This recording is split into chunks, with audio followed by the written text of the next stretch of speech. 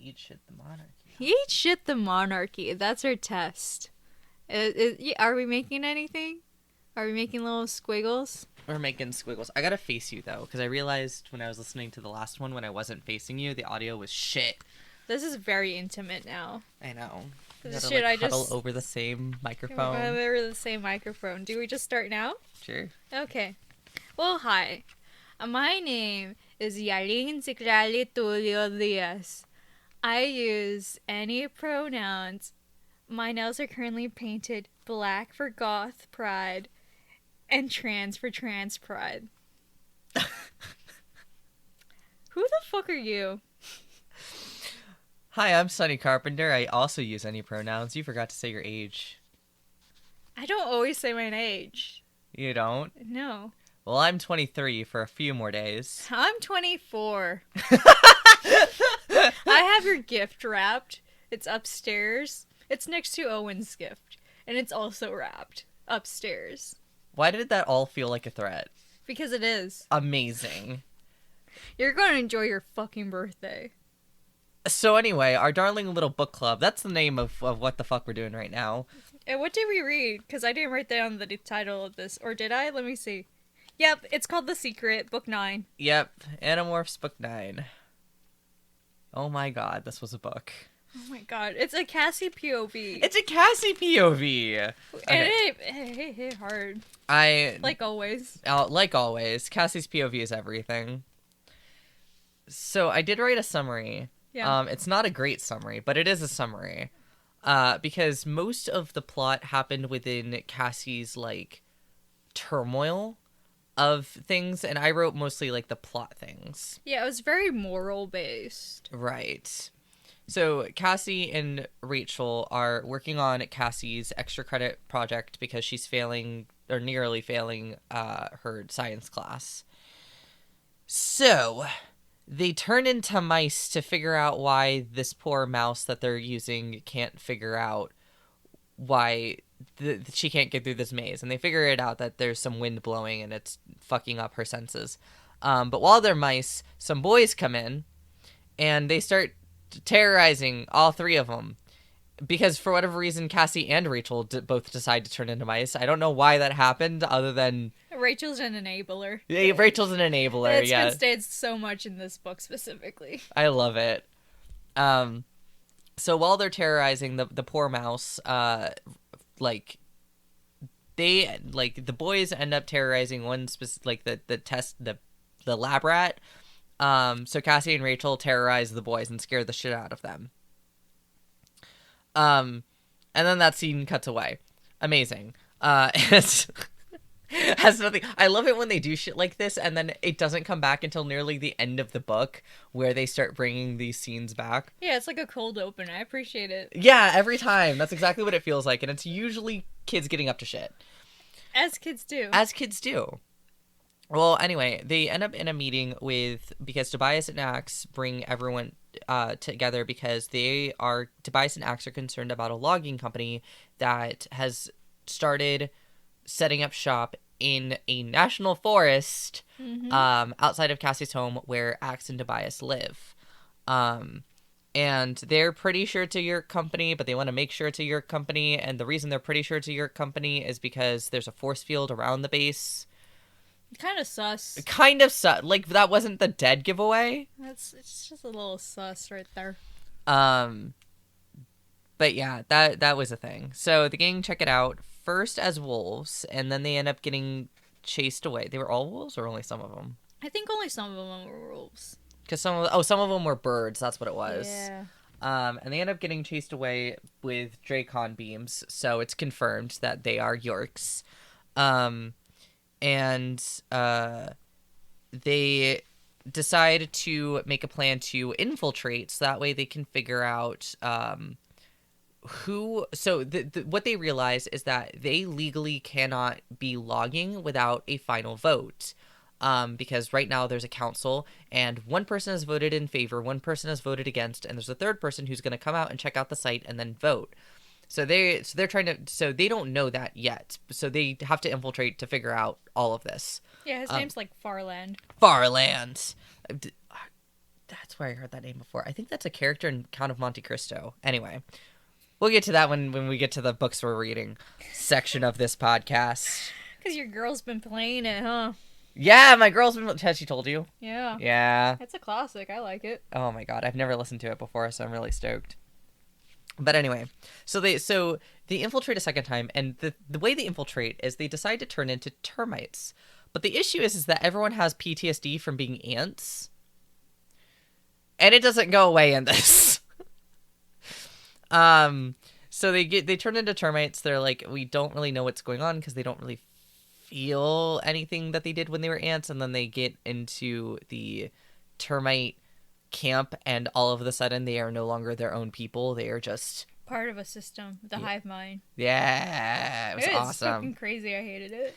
I loved this shit. Oh, by the way, like after by the way, the first time they flee the York center, Cassie that night has to help rescue a skunk that has been shot by a Dracon beam, with her dad, who like is terrified of skunks, which I think is funny. Yeah, both parents are like upset over skunks. It's great.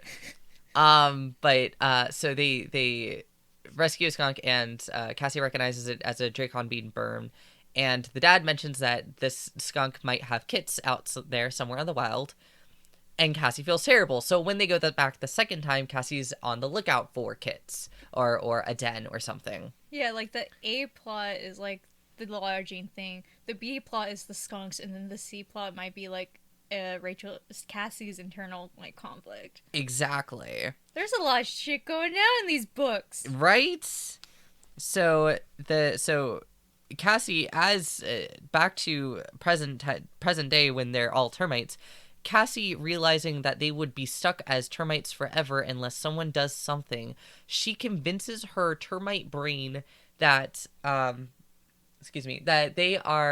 that the queen is actually an ant and she needs to kill ants because that is her job as a soldier termite. So she tricks her brain into killing the queen termite, and she does it, and she feels terrible about it. And she has an absolute, I don't know, like meltdown, yeah, I think is the right word. Essential meltdown, like a crisis almost. Right, because she starts demorphing while still in the wood, which she ends up being almost stuck by, and then Axe slashes the wood open with his tail because he's awesome. Yeah, the direct quote I took from it is, "I would never be okay again." Yeah, that's it. So then the gang, leaves, and they have to come up with a plan to rescue the third guy whose vote they need it to be in the negative. And they aren't sure if they are going to try and like slowly persuade this guy to allowing them to log, or if they're just going to make him a controller. And that is answered pretty quickly on the day that this guy's supposed to visit. While he's driving up to visit, they already start their logging. So it's just like, oh, they're just going to make this guy a controller. And they beat the shit out of this old man. They beat the shit out of that old man. As they should. Honestly, yes, but also he voted in the negative. So maybe a little bit of an environmentalist? Who knows? Who knows? I mean, he only voted no because of that skunk girl. Honestly, yeah, the skunk with human eyes. The skunk with human eyes, spirit of the forest, that's what he calls her.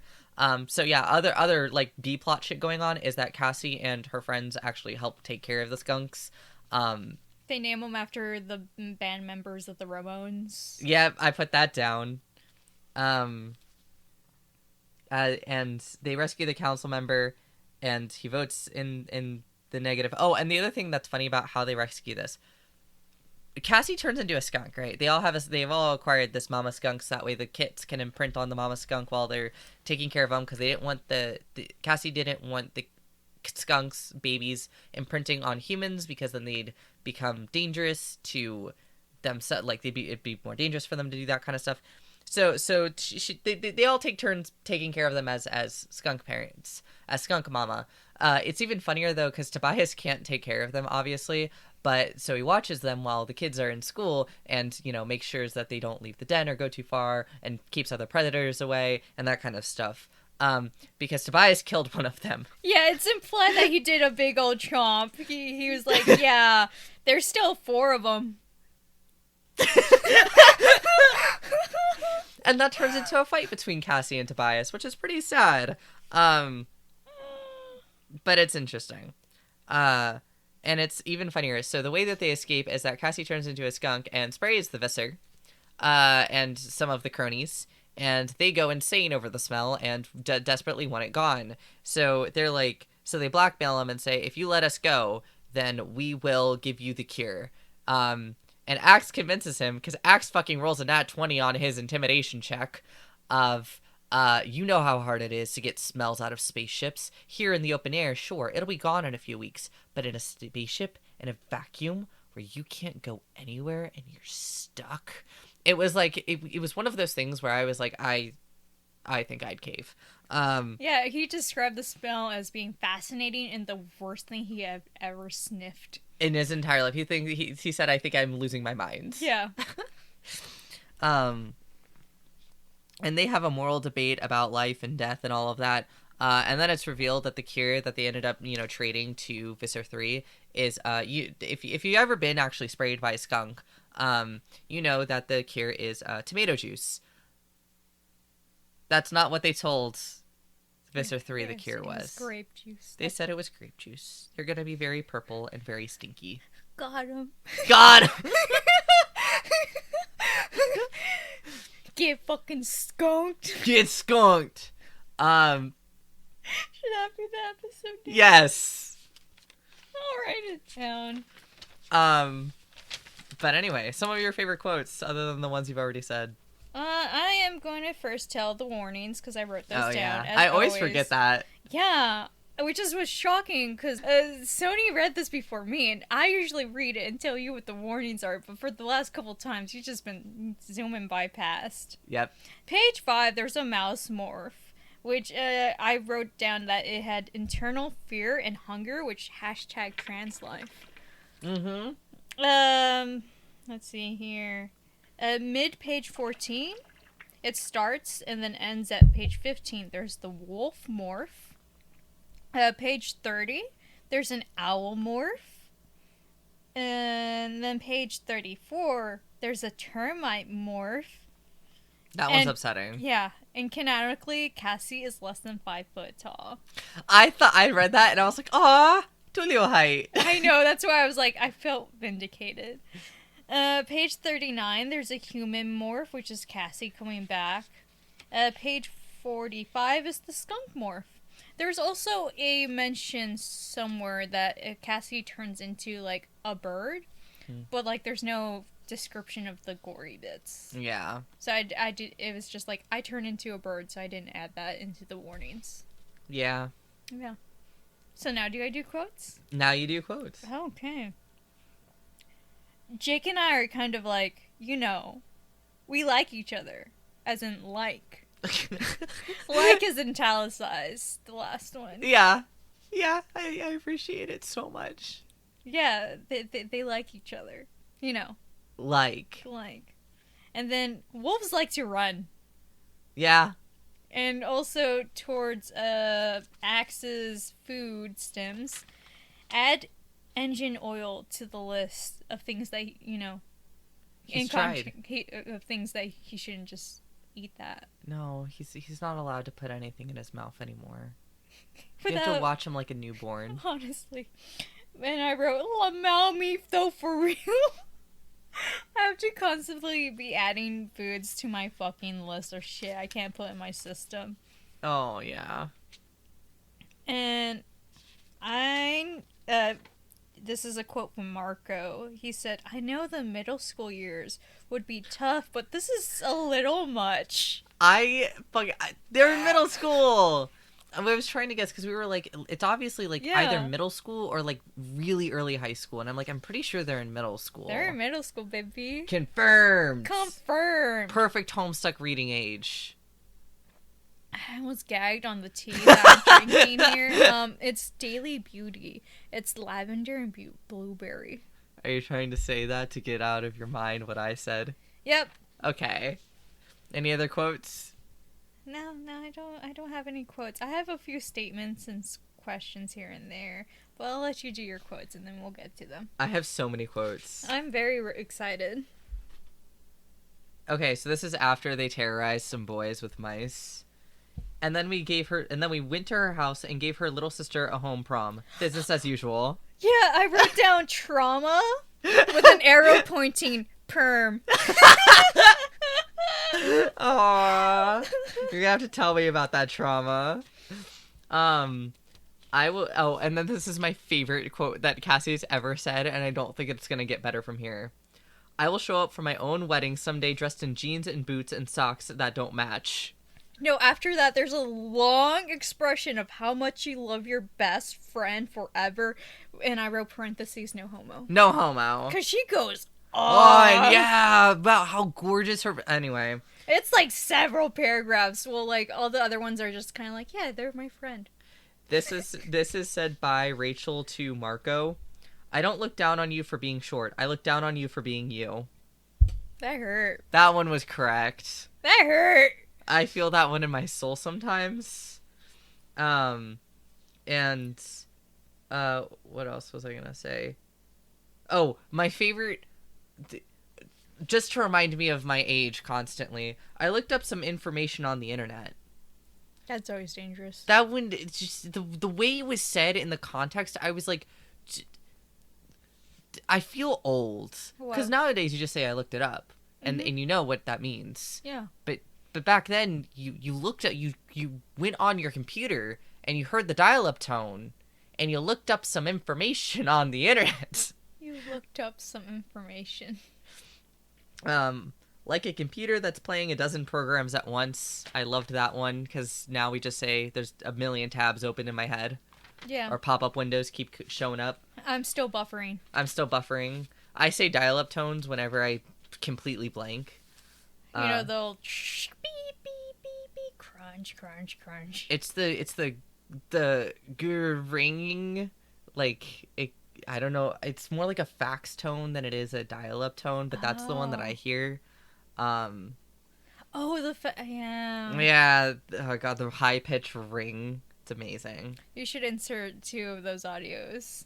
Absolutely, just interposed over our dialogue. You know, me making my modem sounds, you making your dial-up sounds. Yes. Oh, this is my other favorite thing is when the kids, like, tell Visser 3 to fuck off. There's... Visser 3 is like, oh, we'll get you eventually. And one of them responds, we're sure to smell you coming. Smell you later. Get skunked. Get skunked. That got me. Let's see. What do I have to say? Yeah, what do you have to say? Say Max words. and Tobias are still hopping on that roommate AU. Yes. Horses can't handle wolves. Cassie and Jake are labeled the wolf couple. That wolf couple. The ship name. Yeah, because that's what they called themselves. The wolf couple. They got harassed when they were over trying to scope out the place with human guys with human guns. Yeah. They had automatics. Yeah. And then they went and had skunk time. And I guess there was a quote, I don't remember the context, but it said, burn the tent. Oh, that was Cassie's dad. Oh. When he got skunked years ago, he had to sleep outside in the barn because he smelled too bad, and then the animals got agitated, so he had to sleep outside in a tent, and then they had to burn the tent. Damn. Poor man. Dang. Oh, so some point in this book, Cassie and Rachel are at the mall, as they do. As they do. And it's like they were talking about how they were sticking to their routine. And it's like, do you stick to your routine for appearance, or do you stick to your routine for the mental well-being? God, probably both. Right? Because, like, at what point is it appearance and it stops being, like, mental well-being? I know, because for me, if I'm sticking to a routine for appearance, it stops being about mental health. Mm-hmm. Even if, like, theoretically a routine helps your mental health, For me, if I'm that stressed out and crawling into bed and doing nothing is the mental health. Axe's human Sona Philip makes an appearance. Oh, I love Philip. Philip is the best. Why did they give him such a dork name?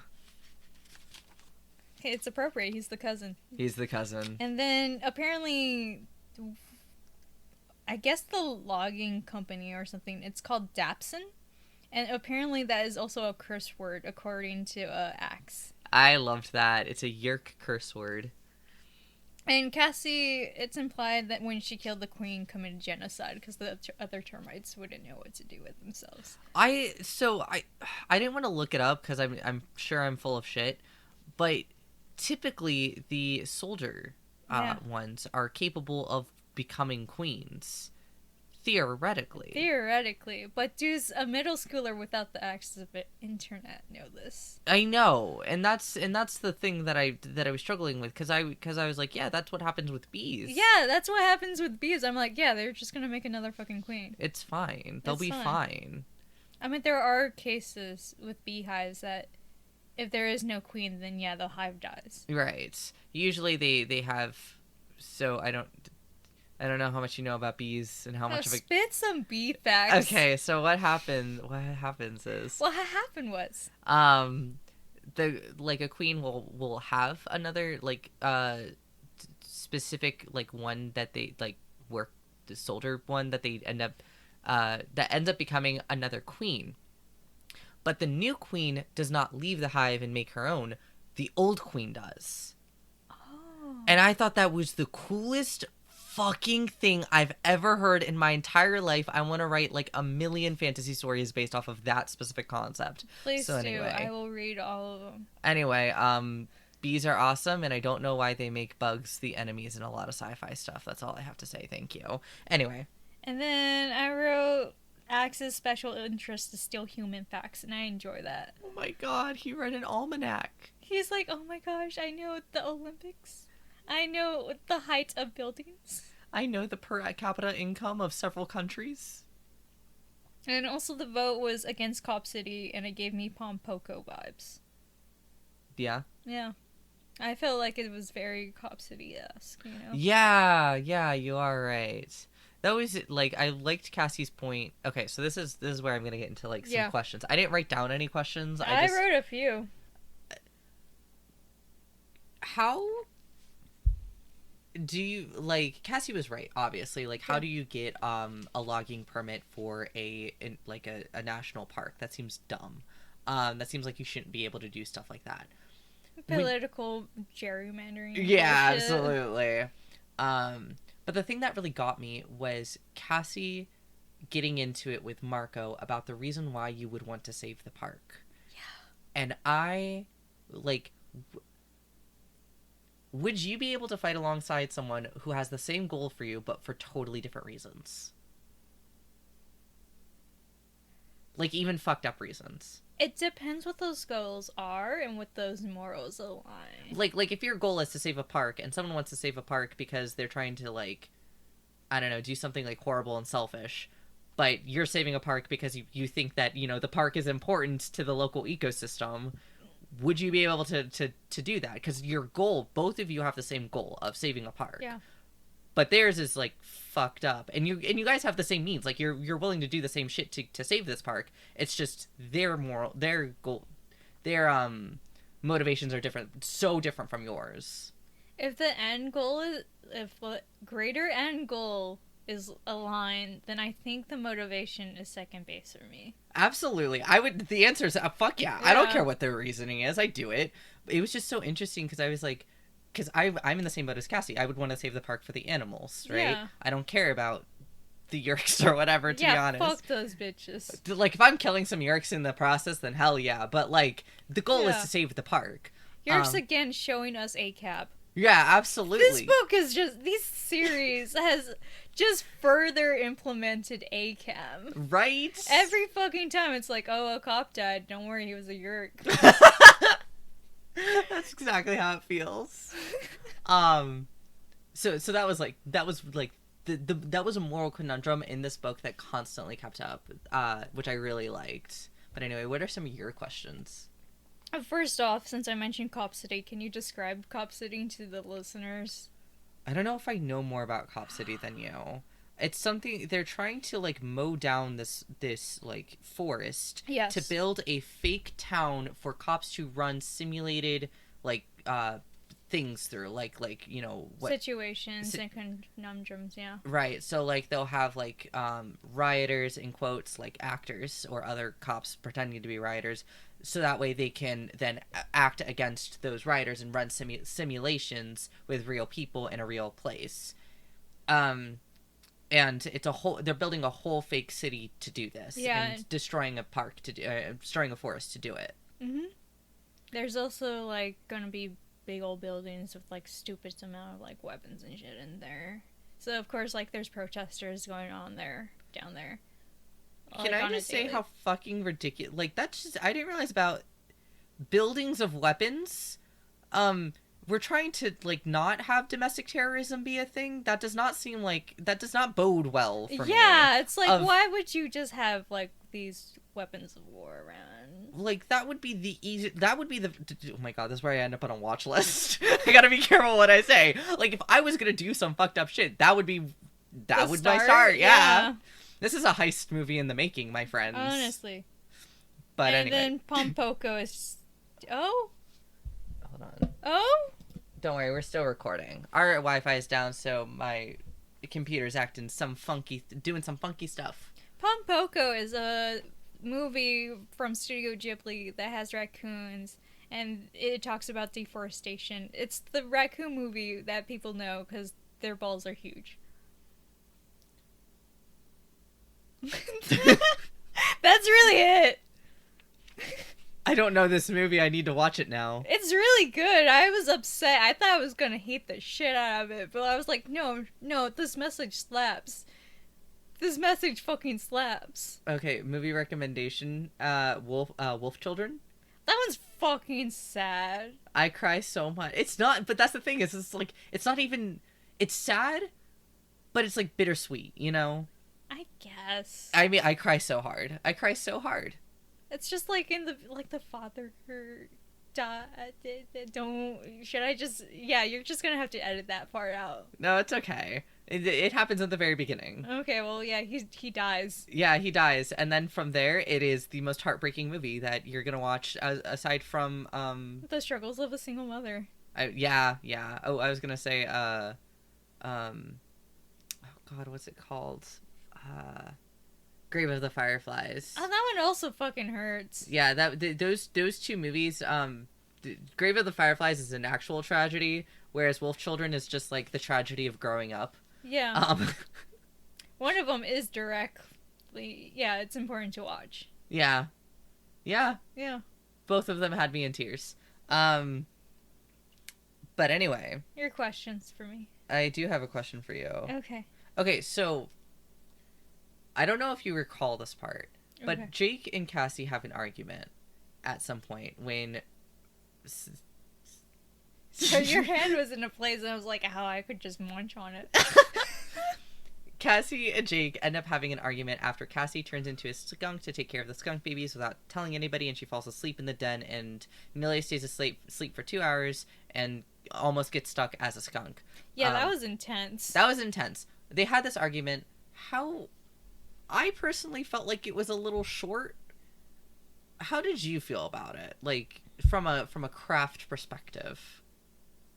I thought I was fine. I was indifferent towards it. I was like, yeah, I mean, don't fall asleep in your morph. You'll end up like Tobias and see how happy he is. Maybe that's not the best example, because he's very happy. Yeah, he had a fucked childhood. He had a fucked up childhood. Such a fucking poor kid, oh my god. I wonder if, like, anything has come up, like, in, like, the school, like, hey, you heard about what happened to Tobias, right? He's missing. He's missing. Oh my god. Like, if there's any, like, milk bottles with his face on it. I seriously think we're not gonna get that until, like, episode 20. Yeah, I was gonna say book, like, 15 or 20. Yeah. I think that's when it's first gonna come up, and then shit's gonna start getting serious about parents really starting to question what their kids are up to. Have a tighter leash on their kids. Yeah, and they're gonna have to start sneaking out more and shit. As if they're not doing that already. I know, it's great. Hey, Mom, I'm gonna go sleep over at Cassie's. Hey, Dad, I'm gonna go sleep over at Rachel's. And then they never both sneak up into, what was it, Cassie's room? Yeah. Yeah. But, oh, man. And I think that's, like, one of the few questions I actually wrote down. Do you have another one? Yeah. Do kids still do animal testing for science? What was that? Do kids still do animal testing for science, like the rat maze? I mean, my older sister did, but that was, like, 10 years ago. I never. That's... Or 15 years ago, almost. Jeez Louise. I'm old. Yeah, you are. I'm 24. You're older than me. Enjoy it. Enjoy your youth. Careful where you sit. There's a ukulele somewhere on this thing. Is any more questions for me, or can I ask another? Please ask another. So, Marco and Jake were having this argument: Batman versus Spider-Man. Batman versus Spider-Man? I mean, considering... And I don't want to say anything in favor of either one. That seems weird. Batman has a portfolio on every single superpowered person that he knows of and how to take them down. Like, every single person. The only exception, of course, being Wonder Woman. Hers is empty. And it's because he has no idea. Yeah. Wonder Woman's too strong. She's too good. So when it comes to Batman versus Spider-Man, the question is, are they just thrown in a room together? Batman has no intel on who the fuck Spider-Man is, and they go at it? Because if so, I think it would be a coin toss to me. Yeah, because like the moment Batman just hits that nerve of Uncle Ben, it's over. I know. Oh yeah, but that's the thing is, like, if he has, if they exist in the same universe and they grow and develop together as characters, you know, not together as in the same place, but like in their own sections of the same universe, I think Batman would absolutely take out Spider-Man. Yeah, Tobey Maguire and his bad back. Are you kidding me? Oh my god, yeah. Or just everything that has to do with the new Spider-Man, the poor helpless boy. I love him so much. Miles Morales. No, not Miles Morales. That's the animated Spider-Man. I was thinking of the white boy. What's his name? Tom Holland? Tom Holland! I love Tom Holland. Mr. Frog in his mouth?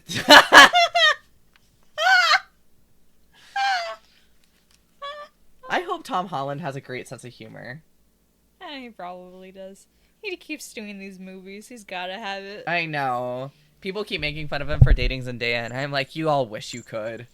Who's texting me? Or was that you? I think that was me. It's my Fitbit. It's telling me to go to sleep. Fuck your Fitbit. Yep. It's only 9. 15. Oh, that means my mom alarm is gonna come off in 3 minutes to tell me goodnight to my mom. So, other question for you then. Batman versus Spider-Man. Well, there's a new movie out. I haven't seen it, but I keep seeing fan art of Punk Spider-Man. I want to see this movie just because I saw India Spider-Man. And I love that. I love his attitude. I love his energy. I just love him. I just saw his hair, and I was like, I'm obsessed. And yes, whoever drew this guy, incredible. Thank you. Because it was a redesign. It was? Yeah, the original one was kind of racist. Of course. It was just like regular Spider-Man, but with like yoga pants. Sorry, you can't see the face I'm making because this is not a visual medium, judgment. but... Ugh. Yeah. And so they did him good. Yeah, I'm glad. But yeah, it's Punk Spider-Man looks so cool. He has like wicks and he's... Luna and I are going to go on a date to see it. Okay. I can't say shit. I'm back to being single. Someone take me on a date to watch the new Spider-Man, please. I know I wrote down another question. I have one. Just a statement. Yeah. Rachel knows the sisterhood that comes with being a warrior. I wrote that down because after Cassie had her freak out, Rachel like lets Cassie lie in her lap and strokes her hair and calms her down, and it's just very like an intimate moment of like, wow, this is like so deep and personal. And this makes me it reminds me of people making fun of like Spartan for like the brotherhood of warrior bonds and shit, and I'm like, that's just a fancy way of saying gay. Yeah, And they that's- had gay sex. And that's how I feel about, like, Rachel right now, is I'm just, like, they keep calling her Xena Princess Warrior, and I'm, like, So lesbian coded. so lesbian coded. So they literally calling her Xena Princess Warrior. This is why the shipping chart is off the fucking walls for me. I cannot wait to see that. Oh my god, I have to work on it. Oh, we have one more book. Yeah, don't worry. You have to bring it for the introspective. Yes, exactly. We have one more book, and then I have to get this shit together. Yeah. We'll get it together. Do you want to write it down? I have a pen on me. No, it's okay. Alright. I'll remember. Better. Because I will forget. It's fine. It'll It's happen. fine. You have more questions? I thought I did, but all I have left to say is that Cassie sometimes just likes to be a horse. Yeah. And that's fucking terrifying. Oh, See, I told you, that's the mom alarm. I was gonna say, about that we made a joke about horse girls in our episode 0, and sure enough, we have one. We have one. That's the curse. We manifested that. Yes, we did. And I hate that for us. Absolutely. Can I just say, I want to re-listen to episode 0 because this is back when I did not know that there were aliens in this book. I knew. But yeah,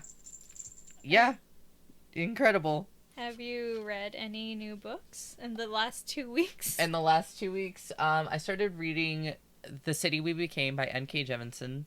Jemisin.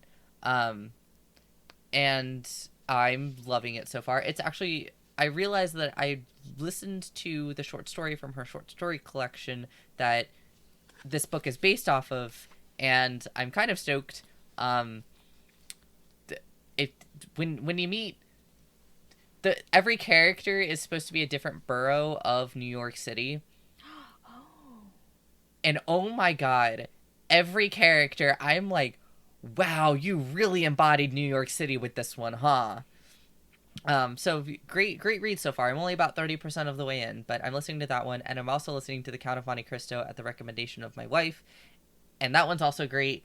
Did you ever read it before? I've never read it before, so I'm listening Ooh. to it now, and I will say it's a middle school classic for me. Is it a middle school classic? Well, it was more like junior high, but like, whatever. Some people don't have junior high. Well, I'm just shocked because I'm like, that does not seem like something you would read in middle. Did you read the abridged version or the full version? The full version. Holy crap. I was in an AP class. Ah, I see. You're a Yeah. nerd. I was a nerd. They took me off for 1 year, and then I was like, okay, let me try going back to AP Lit. And then the teacher was like, if you weren't here last year, you were a waste of space. So I fucking dipped. Good for you. Fuck that teacher. Yeah, honestly. Now I have published comics and magazines, so.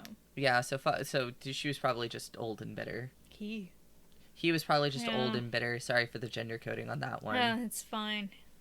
Apparently he was very, the students who had him very much liked him.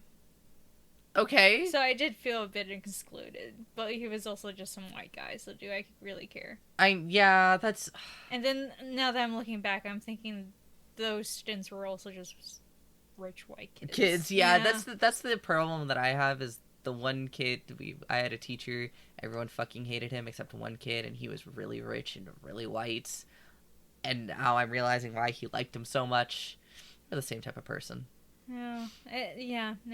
It's the pretentiousness, now that I'm looking back. Yeah. That always sucks. But anyway, have you read anything new in the past 2 weeks? No, I'm still reading the same shit as always. The book about fucking, the beginning of the internet. But I did get recommended to read Project 562, which is like this, sort of documentary memoir book about this person going through the indigenous tribes of, North America and just asking them and talking to them. That is so cool. Yeah. I just realized, so Seattle Public Libraries does this thing called Your Next 5, and I actually submitted something for my next 5, and I realized that I had the email, and I wasn't sure if I'd be able to open it because our internet's been fitzy, but I was just able to open it. Oh, they gave you book recs? They gave me book recs. So let's see. Get skunked. This is Everything for Everyone, an oral history of the New York Commune. And I have no idea what it's about, but I'm just going to read these. A Country of Ghosts. Explores the potential for an anarchist future of the communal values of respect, collective action, and mutual aid. Incredible. An Accident of Stars, which is a portal fantasy duology. Oh god, duologies kill me, because there's always the one that crushes you and the one that crushes you a second time.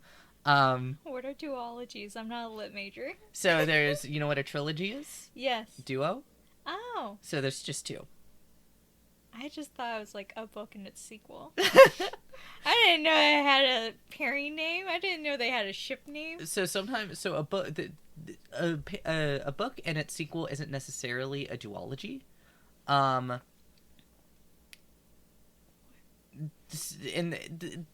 Like, you know, most people will just clump them together, but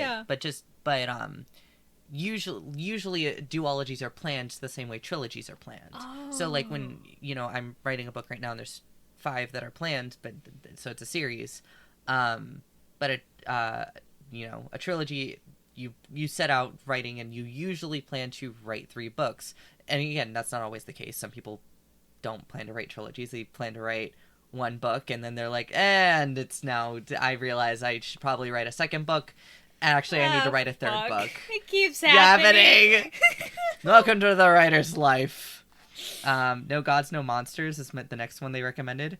Rich cast of queer and BIPOC characters. This is a story about resistance, secrecy, and power. Cool. And the Terraformers. I think I've actually heard of the Terraformers. Very much interested in looking at community, society, and slow incremental nature of change. So yeah, I love librarians. They're amazing. Thank you, Misha, for recommending me these books. You're incredible. Shout out to Misha if you're listening. Yeah, who... if this ever reaches you. Sorry for putting you on blast. Watch them find this 5 years later. And be like, oh my god, was that me? Yes, Misha, it was you. Yeah. But yeah, those are my book recommendations from my librarian. Yeah, because I don't know if you know this, but Seattle Public Library also does a book bingo. Oh god, now that you said it! Summer reading book bingo. Okay, my plan this summer is to read 4 books in Spanish. They're probably going to be picture books, but there are 4 planned, so that way I can get bingo on the Spanish card. And then what the fuck are you planning for the English card? There are 24 spaces in a bingo card, not including the free space. I plan to get a blackout because I'm capable and I can do it. And that is the affirmation that I'm going to tell myself all summer. You're capable and you can do it! Oh, get that blasted on my neck. What are you planning? Are you just planning on normal bingo? Yeah, I'm just doing 4 on the English. And maybe I'll fuck around. I'll just have the other one posted. I won't actually do a whole bingo. I'll just read like 1 and then I'll fill it out with the date. I'm trying super hard to get Luna to read more in Spanish because she says that she doesn't feel confident doing that because all of her language, her writing classes were in English. Yeah. So I'm like, do book bingo with me. Do a Spanish book bingo with me. I will say, it's hard to find Spanish books. It's so hard. Oh my gosh. And I don't want translations. That's the No. other thing, is I want them to be initially in Spanish. Mm-hmm. Because, like, I go to most bookstores and it's like maybe a shelf, maybe half a shelf. Like 5 books and 3 of them I've read already. Right. Or the best part is that they're 5 books in completely unrelated genres. Like, one's a cookbook. One is a memoir that's you find out is a translation. Yeah. And yeah. One of them's gotta be a Twilight book. One of them is a Twilight book, and it's never the first one. Yeah, it's always like the 3rd or 4th. Yeah. And then one is obviously a Harry Potter book. Bleh. Or a Bible. Or a Bible. There is always a Bible. Yeah. Shout out to the Hispanic community loving our Jesus. You said that in the best way. Jesus. Jesus. Jesus. Incredible. Speaking of Jesus, did you have you made mention of finding Bible meanings in the last book? I did make mention of finding Bible meanings in the last book. We will save that for our introspective episode. Oh, that's exciting. Give me your pen. Okay. See? Haha, the cap was on. Haha, haha. Sony tried to write with the cap on. Okay, well, that's disgusting. All right, cool.